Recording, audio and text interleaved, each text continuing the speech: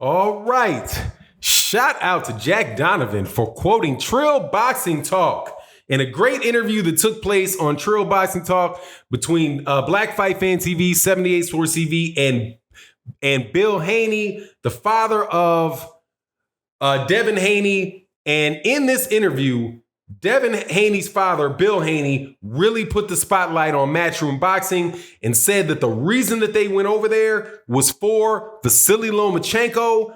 And that's the fight that they wanted. That's the reason why they went there. And Eddie Hearn has not lived up to the promises that he's made so far. That is my words, not his. And we're going to talk about that and some other things very similar in this video.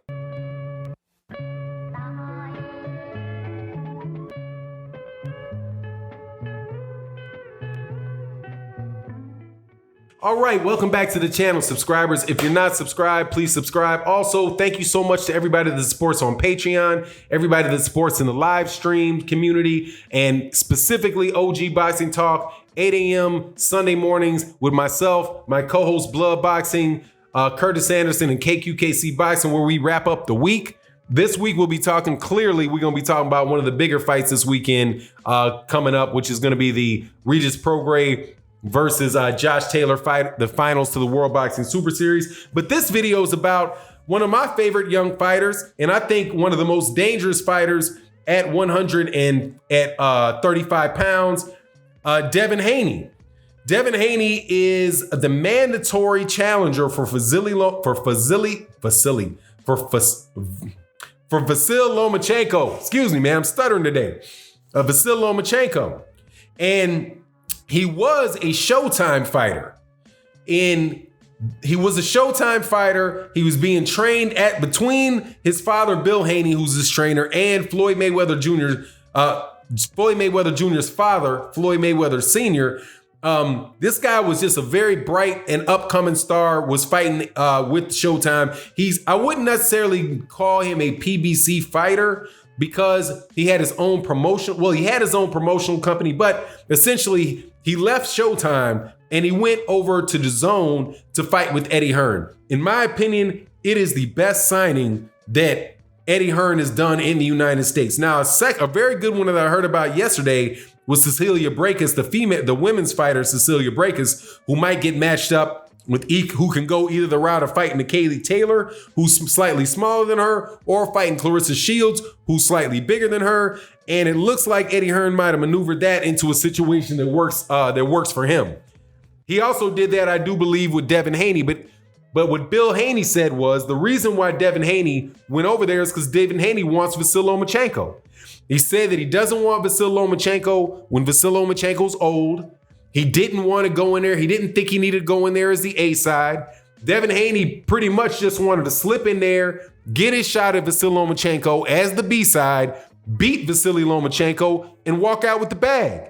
That was the reason why they signed with Matchroom. Now, without directly quoting Bill Haney, it was an interview I listened to, but I don't want to misphrase anything that he said or say anything. I'm telling you what I took from it. He might have meant something slightly different, but what I took from it was that he had a choice to get this fight. He had two choices. Bill Haney and Devin Haney had two choices to get this Vasily Lomachenko fight at lightweight that they wanted, which would springboard them to superstardom, right? That's what they figured. If we can go and get our hands on Vasily Lomachenko, beat Vasily Lomachenko, then we've made it. Now we can become a big cash cow in the sport of boxing. We can do what we need to do. So they figured they had two options to get at Vasily Lomachenko. One was signing with Bob Arum. The other one was working with Eddie Hearn for Eddie Hearn to work with Bob Arum and get that fight made. Eddie Hearn is working with DAZN. At the time that they talked about signing this, DAZN was saying how they had, $1 billion over a certain number of years, that they really were going to make these big fights. They were going to put the money behind to get these fights. So, and as you see, that worked with Vasily Lomachenko later on after Devin Haney signed with Matchroom or co-promotional deal, whatever it is, that was actually the case for Eddie Hearn and Vasily Lomachenko. Vasily Lomachenko fought on DAZN in the UK against Luke Campbell. So that situation did work. So I believe it was reasonable for Bill Haney to believe that. But he chose not to sign with Bob Arum because he didn't trust that Bob Arum was going to make the fight between him and Vasily Lomachenko. And once Devin Haney signed with Bob Arum, then he would be at Bob Arum's. He would be at the whim, if not whim might not be the right word, but he would have to negotiate directly with Bob Arum, and Bob Arum would be negotiating with himself and deciding whether or not he wants to risk his cash, the guy that he thinks, his main guy, Lomachenko, and risk having him fight Devin Haney. So they decided not to do that. They went to Eddie Hearn. But Eddie Hearn has not come through for him. And it does not look like Eddie Hearn is going to be able to come through for him in my opinion. And I base that on what I've seen for several other people that were promised things for Devin Haney by Eddie Hearn when they signed with DAZN. American fighters specifically, like Demetrius Andrade. Demetrius Andrade is clearly one of the best 160 pounders in the world. He was supposed to fight, I think he was originally supposed to fight Billy Joe Saunders for the 160 pound title, the WBO title. That could have been a good money fight for Demetrius Andrade. That falls through when Billy Joe Saunders tests positive. Billy Joe Saunders actually was signed with Frank Warren at the time. He moves over to Matchroom, moves up to 168. That fight never materializes for Demetrius Andrade. Demetrius Andrade also is signed to DAZN, and Gennady Golovkin is there. The fight between Demetrius Andrade and Gennady Golovkin has not materialized. Now, and we'll see if it does materialize, but I highly doubt that it will materialize.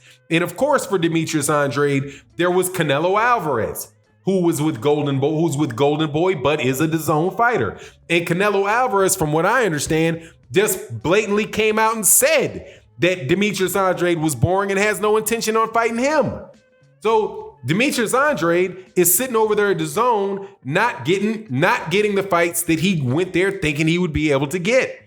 Same thing also for back in a little bit before that, before the days of DAZN, there was Luis Ortiz. Luis Ortiz, who voluntarily gave up his spot to fight for the vacant WBC title, right? Under the pretext that he would get the winner between Anthony Joshua and Vladimir Klitschko, was bypassed for that fight, never got that fight when he tested positive for I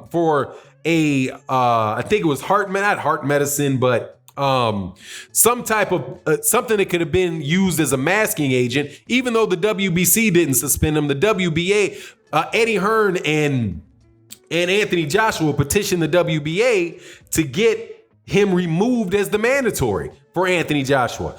But before that, he was actually signed with Matchroom. Matchroom had him fight like 3 times in 3 months and then discarded him.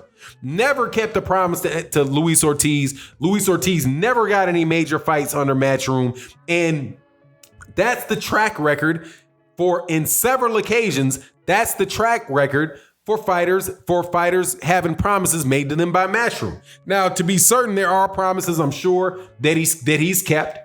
He's kept promises to Anthony Joshua, like, I promise to keep you away from Deontay Wilder, right? Deontay Wilder also in conversations with DAZN, but knowing Eddie Hearn was involved in it, if not directly in the room, but secondarily, was also propositioned about signing with DAZN.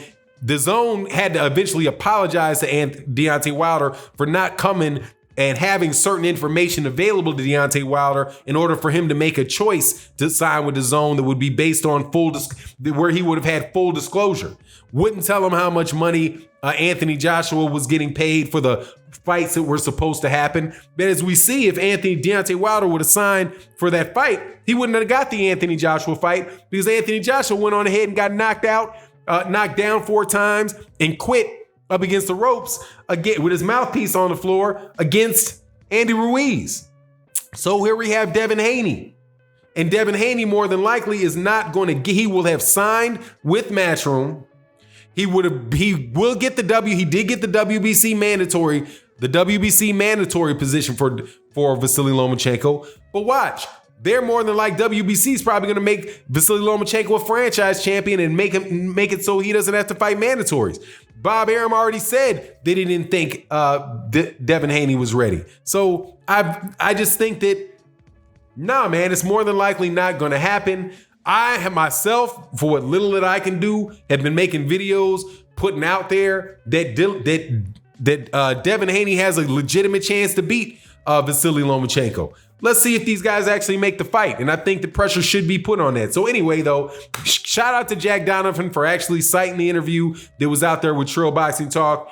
Man, I hope wish Bell Haney and Devin Haney the best, that they get the shot. And I hope that Vasily Lomachenko fights him, because Vasily Lomachenko is a tremendous fighter. I don't believe Vasily Lomachenko is afraid to fight anybody within reason, right? I don't think he's going to go up and fight Deontay Wilder. But Devin Haney is close enough in his size where he can do it. He doesn't need excuses of people being too big. He doesn't need to go back down in weight. And I believe Vasily Lomachenko himself would actually take that fight. The other people around Vasily Lomachenko, though, I'm not so sure, including Eddie Hearn. Anyway, it is what it is. Let me know what you think in the comment section. And with that, I'm out. Peace.